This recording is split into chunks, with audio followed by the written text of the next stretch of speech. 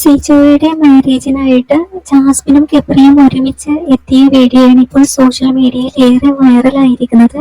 കിടിലൻ ലുക്കിലാണ് ജാസ്മിനും ഗബ്രിയും സിജോയുടെ മാരേജ് പങ്കെടുക്കാനായിട്ട് എത്തിയിരിക്കുന്നത്.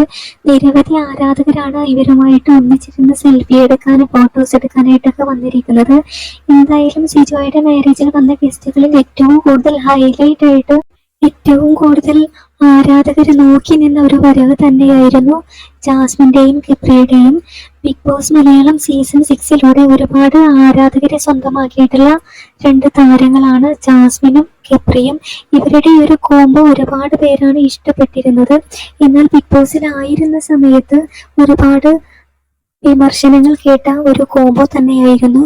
ജിബ്രികൾ എന്നായിരുന്നു ഇവരുടെ കോംബോയെ ആളുകൾ പേരിട്ടിരുന്നത്.